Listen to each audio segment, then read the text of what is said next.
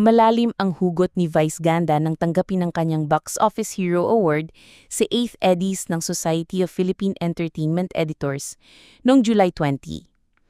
Ginawaran ng naturang award si Vice dahil sa tagumpay ng pelikula niyang And the Breadwinner Is mula sa Star Cinema at Idea First Company na nag-number 1 sa Metro Manila Film Festival 2024.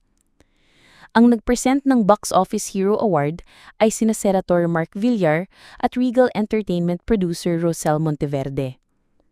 Nading emosyonal ang TV host comedian sa kanyang speech na sumentro sa pagko-call out sa mga taong patuloy na nang babagsak at nang ninega sa kanyang mga pelikula.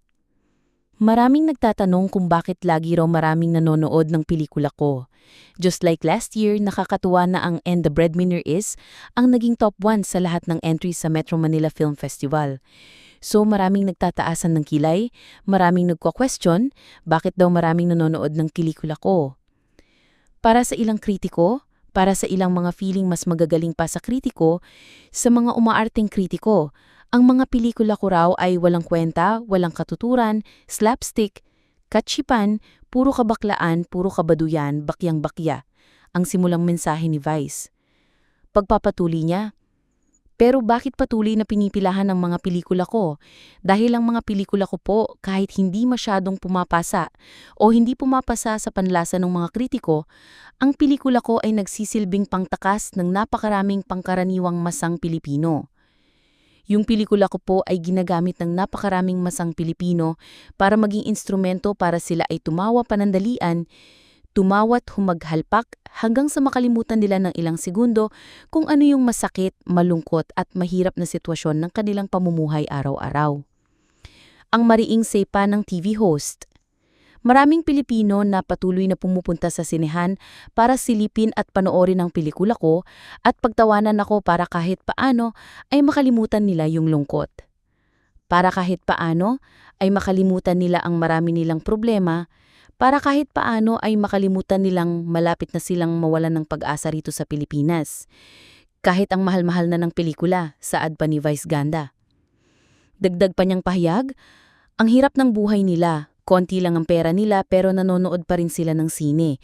Lalong-lalo na ng pelikula ko. Kasi gusto nilang tumawa. Ayaw nilang magpakakritiko at masyadong mag-isip sa panonood ng pelikula. Gusto na lang nilang tumawa. Kasi yun ang magpapatawid sa kanila para bukas ay buhay pa sila. Para bukas gusto pa nila ulit tumayo.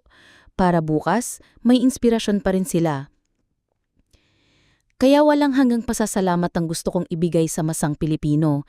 Dahil yung masang Pilipino talaga, ang labis-labis ang pagmamahal sa akin. At naniniwala rin ako na kaya ang mga Pilipino, ang maraming masang Pilipino ay nanonood dahil ako at ang masang Pilipino ay may ugnayan. Dahil sa araw-araw nilang panonood sa akin sa It's Showtime ng loob ng 17 years, nakabuo ako ng isang magandang ugnayan sa masang Pilipino. Say pa ng Unkabagable Star. Naniniwala rin si Vice na malalim na ang koneksyon niya sa madlang people. Ako at ang masang Pilipino ay may relasyon. Kami ay nagkakaunawaan. Iisang wika o lengwahe ang sinasabi namin. Iisa ang trip namin. Ang relasyon ko sa masang Pilipino ay parang pangkaraniwang relasyon sa araw-araw. May love-hate relationship pero hindi kami nagiiwanan. Iniisip ko sila lagi. Inuunawa ko sila lagi at inuunawa rin nila ako. At araw-araw, nagmamahalan kami.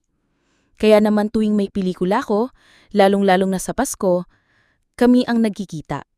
Kasi ako at ang masang Pilipino ay pamilya. Pahayag pa ng Vice Ganda.